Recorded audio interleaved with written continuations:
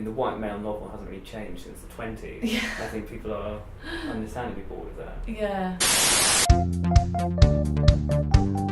Hello, my name's Scott Manley Hadley and this is Triumph of the Now TV, TOTN TV. This episode is called Read Women, or The White Male Novel Hasn't Changed Since the 20s. We're discussing the rise in popularity in terms of critical response to female writers in the present day. We'll be speaking to Eley Williams, Gavin and Ella Frears with a little cutaway from the theatremaker David Ralfe. Lots of writing's being lauded at the moment is by women.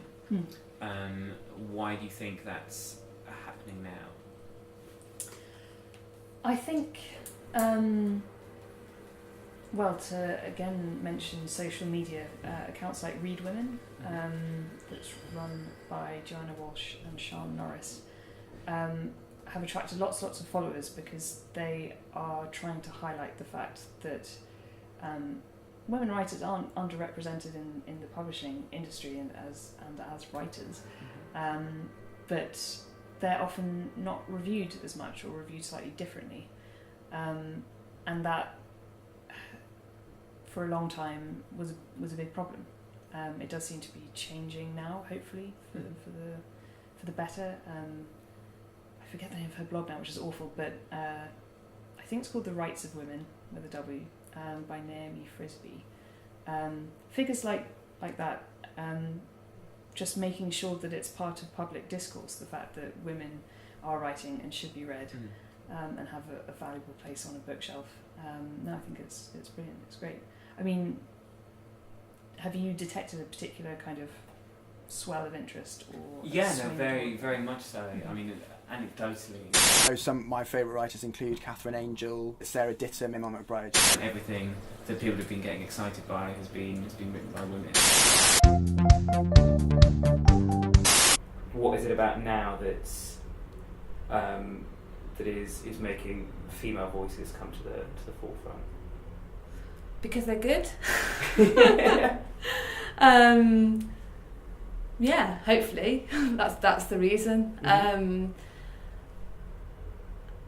I mean, I think within publishing as well, there are shifts in terms of companies and like publishing companies, but also various organisations sort of around the publishing industry and writing that are much kind of more engaged in kind of offering kind of platforms to a whole diversity of kind of different backgrounds and kind of encouraging writing across kind of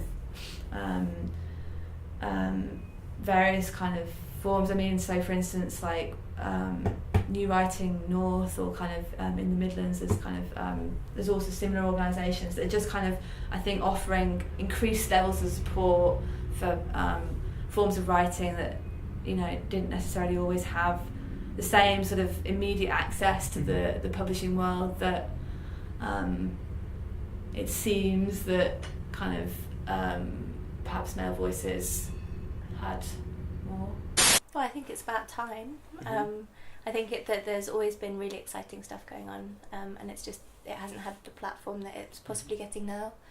I think there's people are pushing the boundaries of what female writing can be. I mean, Maggie Nelson's a favourite of mine, Argonauts and Bluets and Thread Parts, and I think the way in which she writes about gender, about sexuality, but also about art and writing are really fascinating and interesting, and sort of they're voices that we haven't heard before, sort of in mainstream culture, like all of the stuff about Elena Ferrante.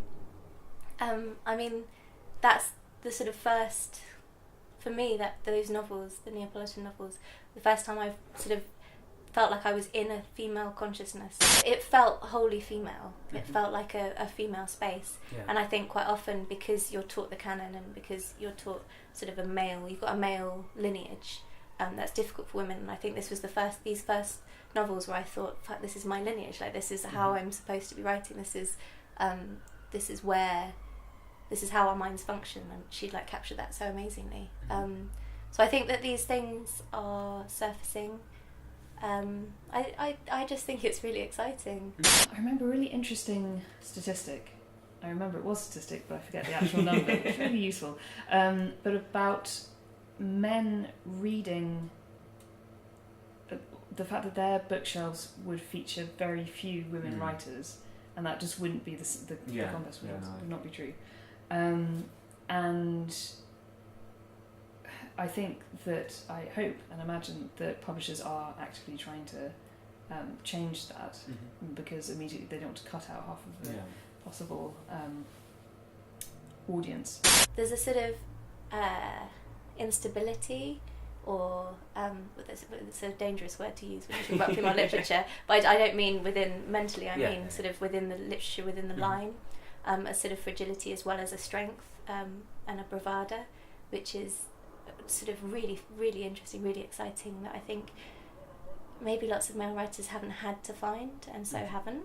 Yeah, I mean, maybe there's just a kind of hunger for writing that isn't kind of based in straight white male experiences. I mean, there's definitely, when I teach, there's definitely that hunger with students. You know, they kind of they're onto the ways in which the curriculum still in many ways reflects or isn't reflective of the whole kind of diversity of voices, and they don't want to just read the straight white men.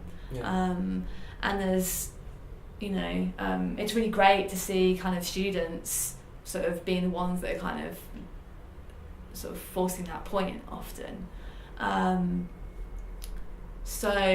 I think there just is kind of, it's a variety of things. Again, it's the kind of different supports, it's the kind of amazing work of smaller presses, that perhaps, kind of are less embedded in certain kind of massive structures, that in some ways kind of still the machines that produce those very kind of recognisable, not in a necessarily interesting way, kind of novels. Because I don't really think that the white male novel has changed since the 20s.